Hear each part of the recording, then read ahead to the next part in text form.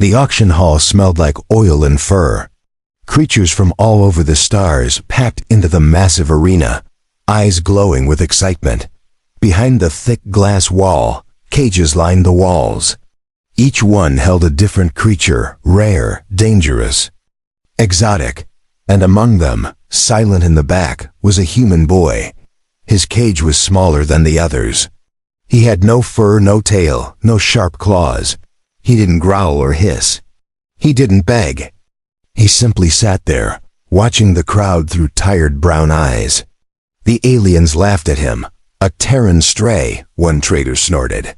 "Can't even speak Galactic tongue." "He's only useful as a pet," said another.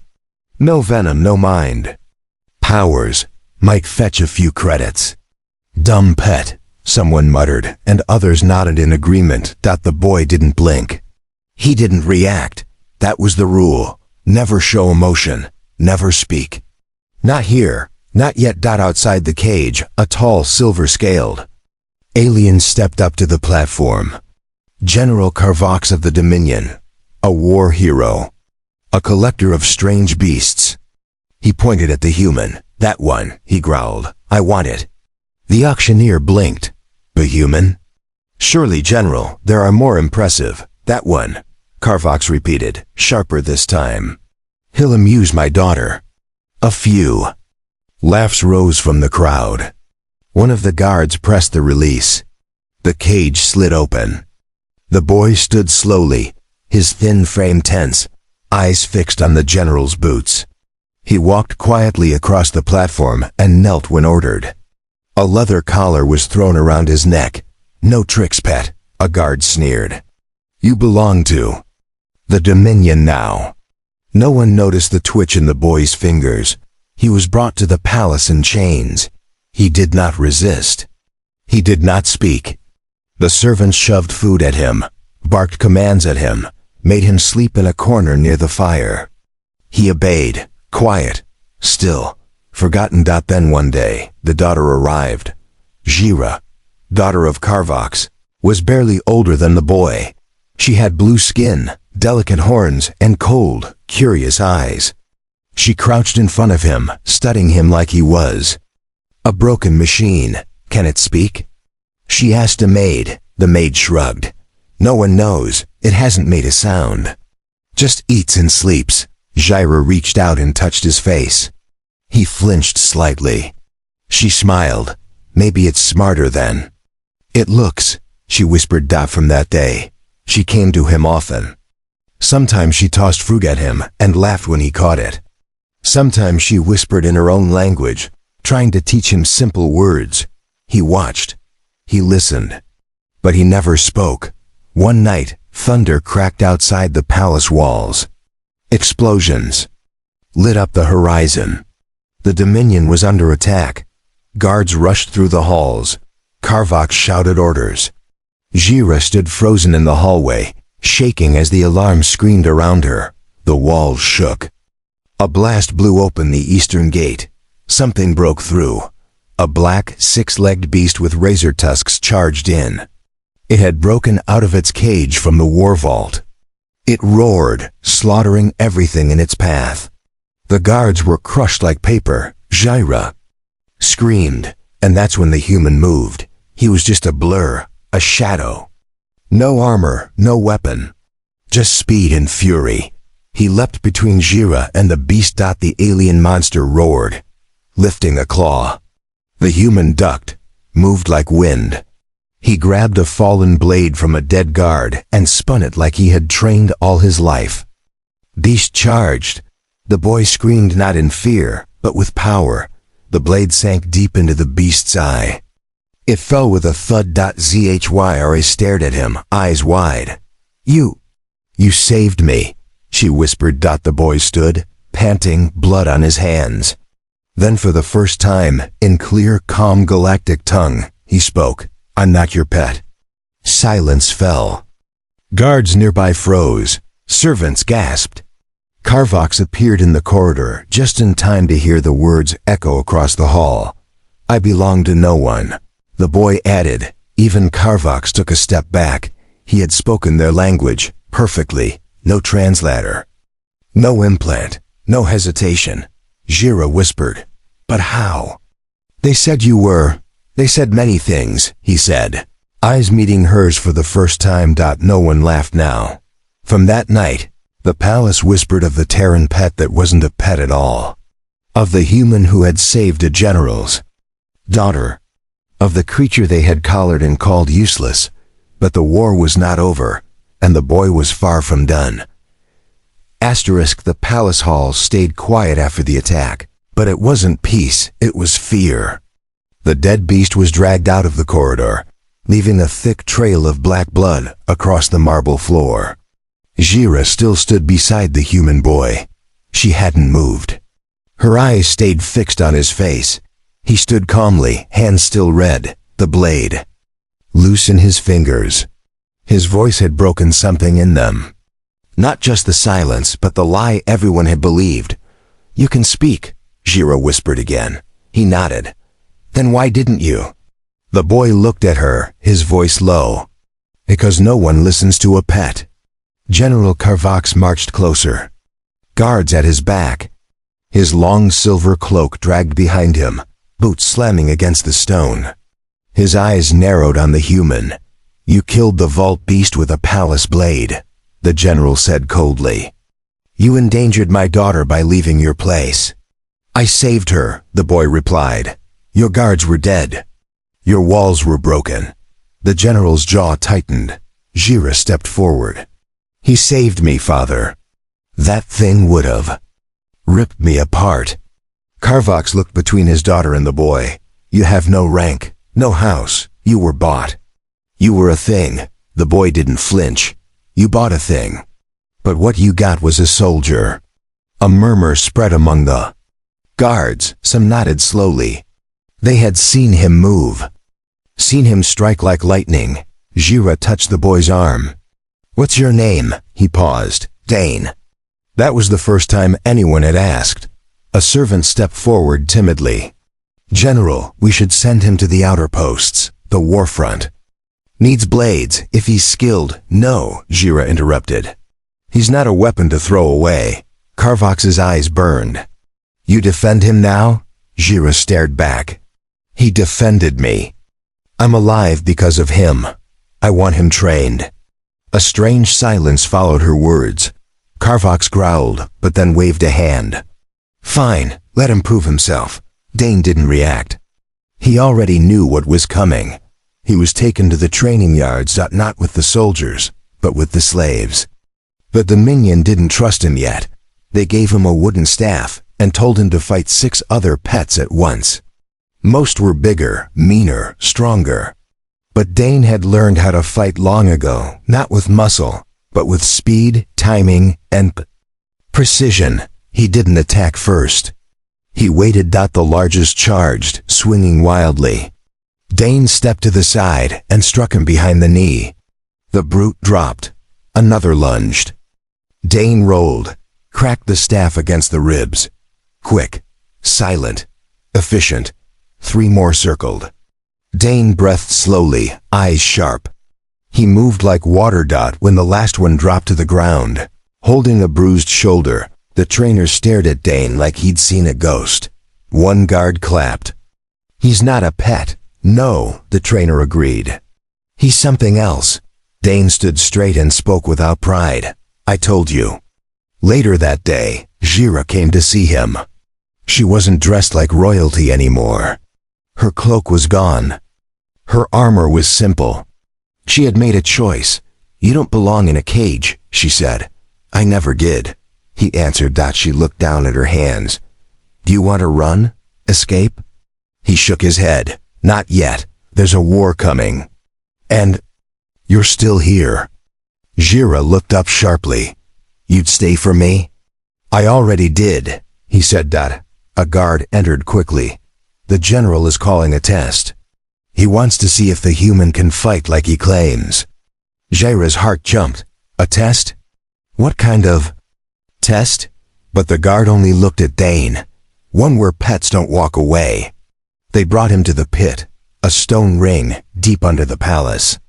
Crowds gathered above, nobles and commanders sitting behind glass. Inside the ring, Dane faced something worse than the beast. An elite Dominion gladiator, huge, 4 arms, bladed armor. A killer raised from birth for war. Jira pounded her fists against the glass. He'll die in there. But Carvox only folded his arms.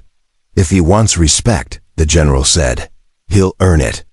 Down in the ring, Dane didn't move. The gladiator roared, brandishing twin axes. He slammed his chest, shouting curses in 3 languages. The crowd cheered. Dane closed his eyes. He remembered the training camps of Earth, the burn of gravity, the sound of bones breaking, the orders that came too late, the friends he'd buried. The fight began. The first axe swing came low. Dane dodged under it. The second came wide. He twisted, rolled, kicked off the wall, and flipped behind the giant. He found a crack in the armor and struck with all his strength. Crowd fell silent. The gladiator dropped to one knee, growling in pain. Dane leapt again, grabbing one of the axes midair, spinning it clean from the alien's grip. Steel met flesh.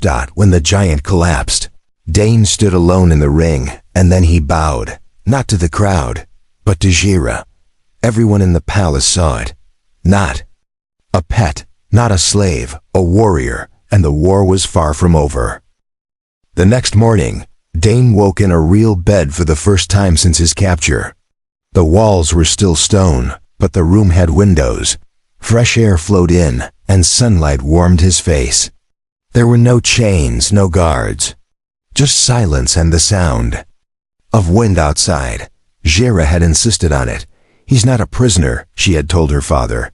He earned a room, and my trust. General Carvox didn't argue, but not because he agreed. He was watching, testing, waiting for Dane to slip up, but Dane didn't slip. He trained harder than the guards.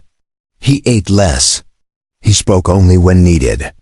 The soldiers began watching him with respect, not disgust.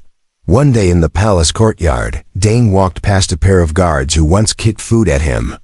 Now they stepped aside. "Sir," one of them muttered. Dane paused. That word felt strange, heavy.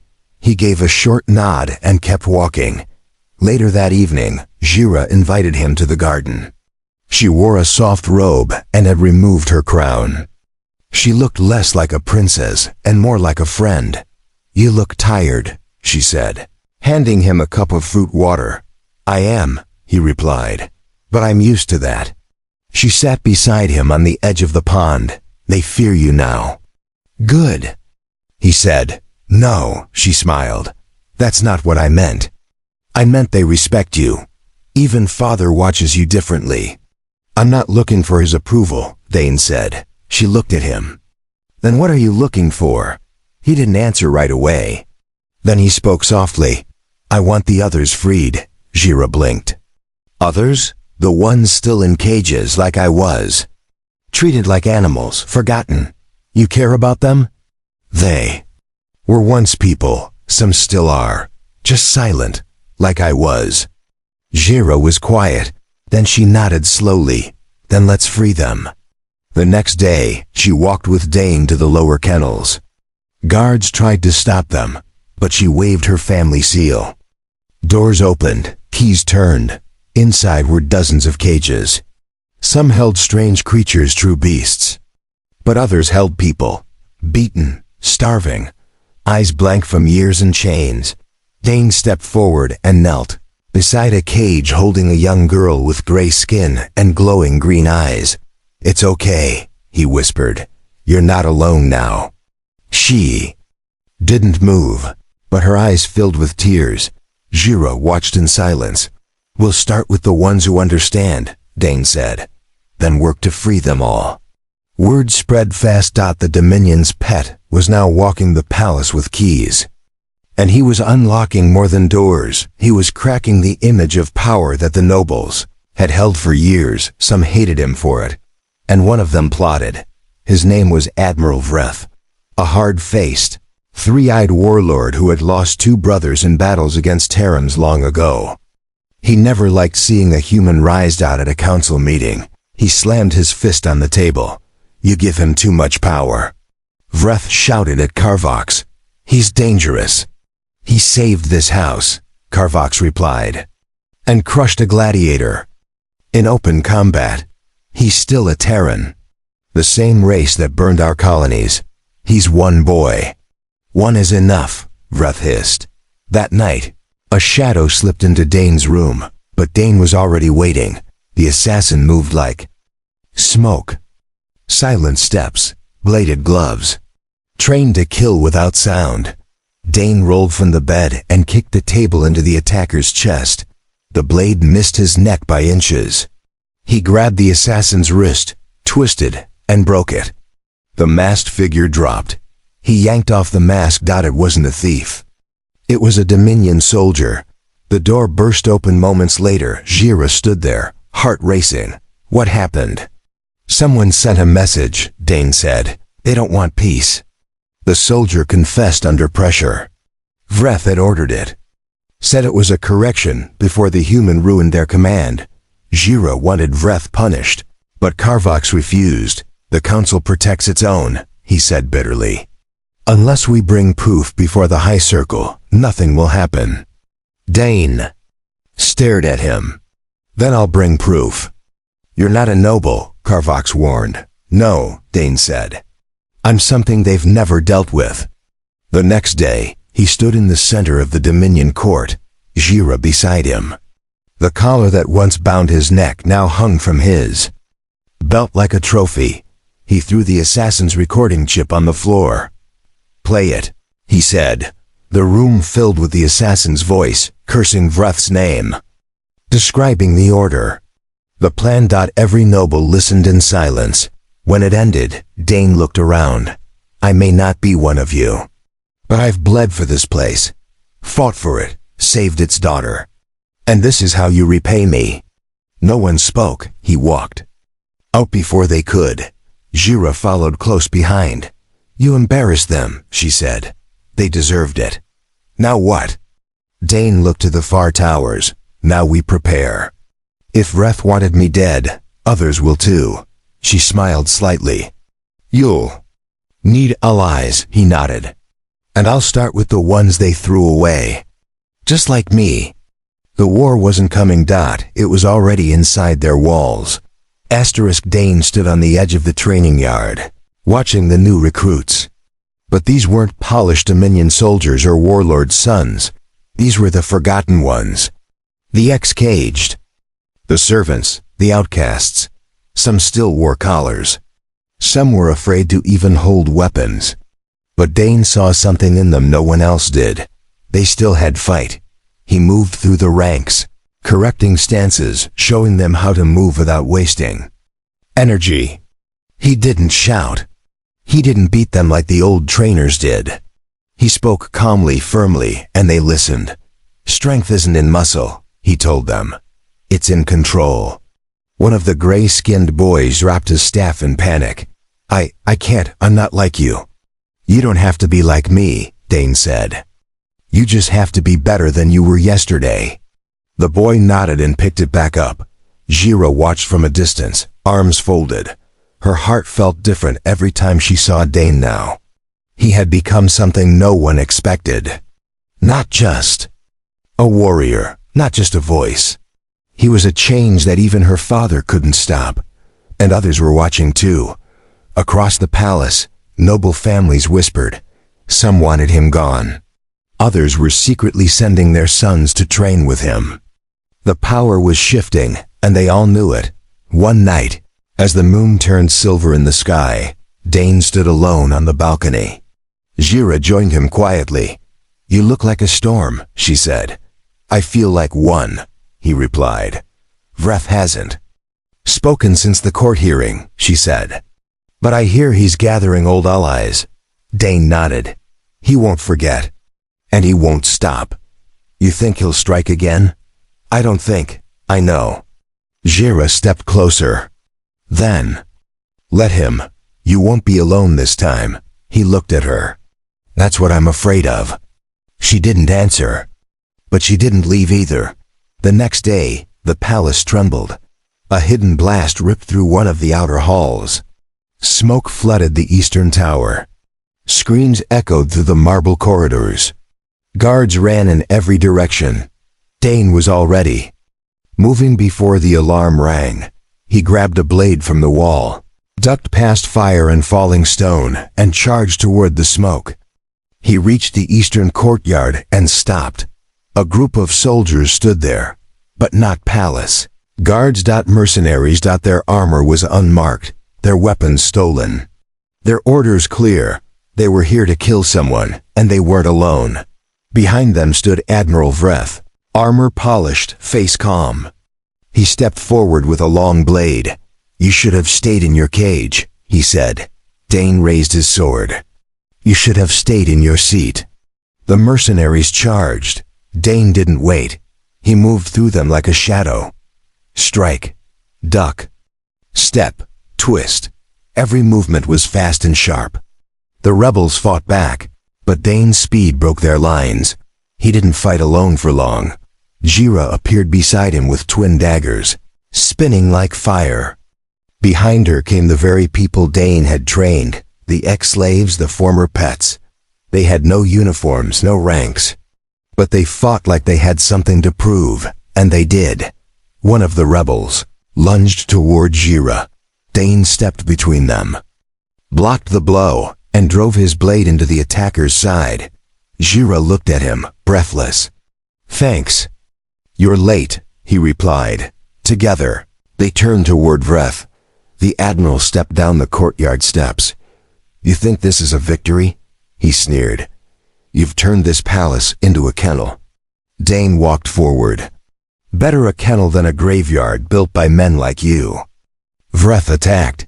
His strikes were strong, calculated, full of hate. Dan met them with steady hands.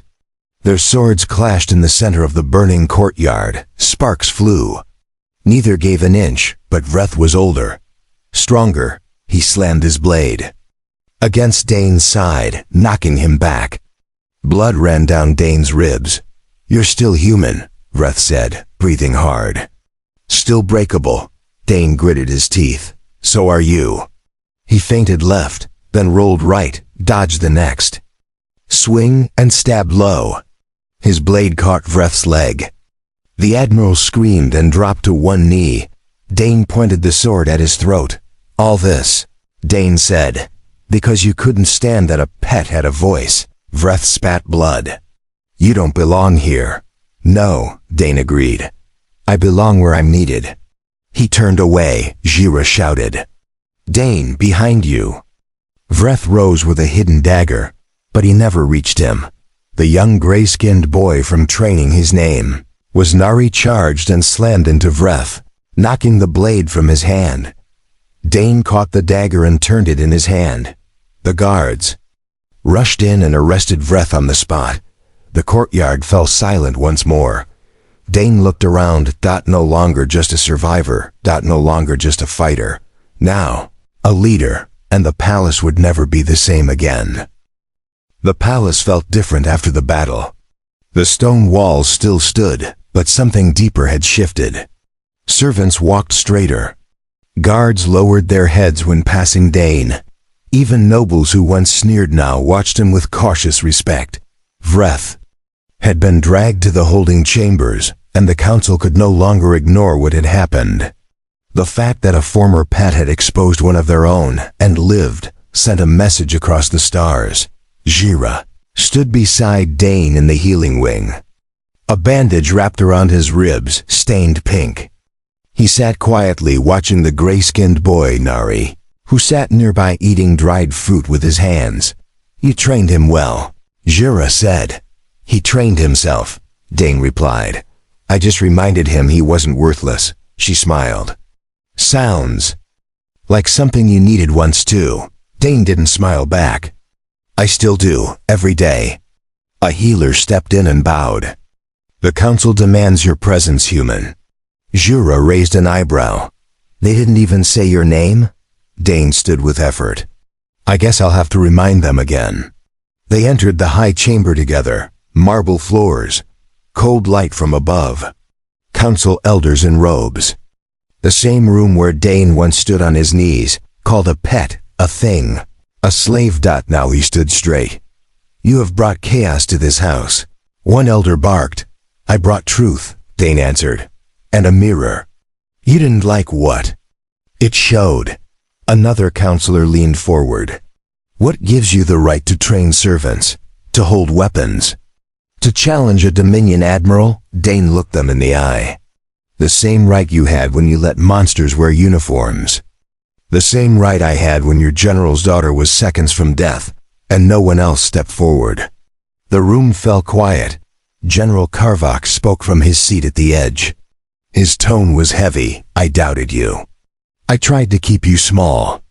But you broke the chain they tied around your voice. I was wrong. He stood and turned to the council. This human is no pet. He is Dominion now, whether you like it or not. Gasps echoed through the chamber. Jira's heart jumped. She looked at her father in disbelief. You mean it? Karvox nodded. He saved my house. He shamed our enemies. He deserves a place. One of the elders slammed a scroll on the table. He has no bloodline. He has blood, Jira snapped. And it's braver than most of yours. Karvox nodded. If bloodline is all that matters, then let me fix that. He walked over to Dane and held out a seal ring. With this, I name you Honorborn of House Karvox. Dane looked at the seal but didn't reach for it. You would claim me as yours? He asked. Karvox didn't blink. No, I would claim you as one of us. Dane finally took the seal. A low murmur spread across the room. That night, there was no feast. Dane didn't want one. Instead, he sat in the garden with Jira and Nari. The stars above were clear, and the air was quiet. You're one of us now, Jira said gently. No, Dane answered. I'm something new. Something between. Jira tilted her head. Is that bad? He looked at the sky. It's dangerous. She didn't speak. Just leaned her head gently on his shoulder. In the following days, Dane's training yard became official. The palace assigned him a wing for teaching. He didn't just train freed slaves anymore. Now young nobles came too, seeking the strength. They saw in him. At first, there was tension. Some sneered. One boy mocked Nari. You don't even belong here, beast child. Before Dane could speak, Nari responded clearly. I belong here more than you. At least I had to fight for it. The noble flinched and said no more. Later, Dane smiled at Nari. Words are weapons too. That night, a message arrived. Not written, burned into the side of a transport ship that had landed outside the palace. A single symbol. The mark of the Chainbloods. Jira gasped when she saw it. They're real? She whispered. Dane's voice dropped. I've seen them before. The Chainbloods were a secret order. Slave traders, war hunters, the ones who had first captured Dane when Earth fell. They sold humans, tortured them, broke them, and now they were here. Not with an army, but with a warning. You've spoken too loudly. That same night, a slave ship entered orbit. Jira's eyes burned as she looked up at the dark shape blocking the stars. They're going to take you back, she said. No. Dane replied. They're coming to burn what I've built. And what do we do? Dane turned to her. We defend it, together. And this time, they would fight not just for freedom, but for everything they had become. Asterisk, the Chainblood ship hovered above the palace like a silent curse. Its black metal hull carried no flags, no names, only the scarred mark of its trade. Slaves, death, obedience through fear. In the palace courtyard, Dane stood before the ones he had trained. Nari stood at his side, taller now, prouder. Behind them were dozens former pets, servants, forgotten children of war. Now armed, now ready, Jira marched to Dane wearing her battle armor, her twin daggers crossed over her chest. The council wants to send negotiators, she said bitterly. Let them, Dane answered. We're not here to speak. We're here to show them who we are. The Chainbloods sent no warning, no declaration. They fired first. A plasma bolt slammed into the outer wall, breaking stone and shattering windows. The palace shook. Screams echoed as fire spread through the eastern wing. Dane ran toward the smoke without hesitation. Jera and the others followed. The Chainbloods came down in drop pods, cold, sharp, and fast. Armed with shock spears, net cannons, and ancient collars still dripping with rusted blood. Their faces were covered in steel masks. They didn't see Dane as a soldier. They saw him as property returned. Their mistake. Dane struck the first one before its feet hit the ground. He moved through the chaos like lightning dodging nets, disarming claws, striking with controlled rage. Behind him, Nari led the young fighters like a wave crashing through rock. Jera sliced through one attacker, then spun and shielded a child from falling rubble. "Push them back," she shouted. "Don't let them breach the throne wing." The Chainbloods were not used to resistance. They expected fear, panic, submission. What they found instead was fury. Dane leapt from the upper wall, tackled a squad leader mid-air, and drove his blade into the armored chest. The attacker twitched and collapsed. Another warrior charged at him, chains ready to snap. "You're still ours," he screamed.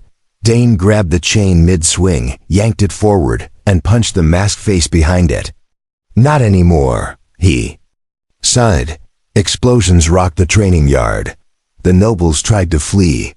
Some locked themselves in their chambers. But the lower ranks, those Dane had trained, stood and fought. And one of them, a young girl with insect wings, screamed as a net wrapped around her. Dane saw her fall. He didn't think. He ran. The net pulled her toward a ship ramp. Dane jumped through the air, tore through the net's coils, and ripped her free.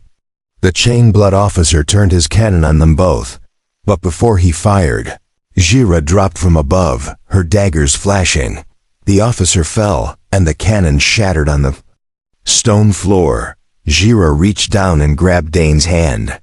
"I thought I lost you again." "Not yet," he said. Together they ran toward the last group of enemies. At the palace gate, the leader of the Chainbloods finally stepped forward. He was massive, 8 feet tall, clad in a black coat made of chain links and bone. His voice echoed through a speaker implanted in his throat. "You were bought," he growled at Dane. "You were ours. You belong to us." Dane walked toward him slowly, alone, his armor cracked, his side bleeding. "I belong to no one," Dane said. "You called me a pet, but I was the storm you didn't see coming." The Chainblood leader laughed. "And now I finish what you started." They charged each other. Blades clashed. Sparks flew. Dane ducked, rolled, kicked the massive knee of the warlord. He was fast, but the enemy was strong. Each blow shook his bones, but Dane didn't stop. The warlord lifted Dane by the throat. "You think you're free?" Dane coughed but smiled. "No, I know it." He drove a hidden blade from his wrist into the warlord's throat module. The speaker screamed, then sparked, then died. The giant dropped to his knees, and then silence. Jera stepped beside Dane as the rest of the Chainbloods froze. Leaderless, shocked, Dane raised his voice. "This palace doesn't serve chains anymore. It serves the free. Go back to your masters. Tell them we're not slaves. Tell them we fight back." The remaining invaders fled, dragged their wounded, and boarded their broken ships. The sky cleared. The fires were put out. And slowly, people stepped into the courtyard, blinking in the morning light. Nari limped forward, his hand on his chest. "Is it over?" Dane looked at him. "No, it's just beginning." That afternoon, the council was silent. Not one noble spoke against Dane.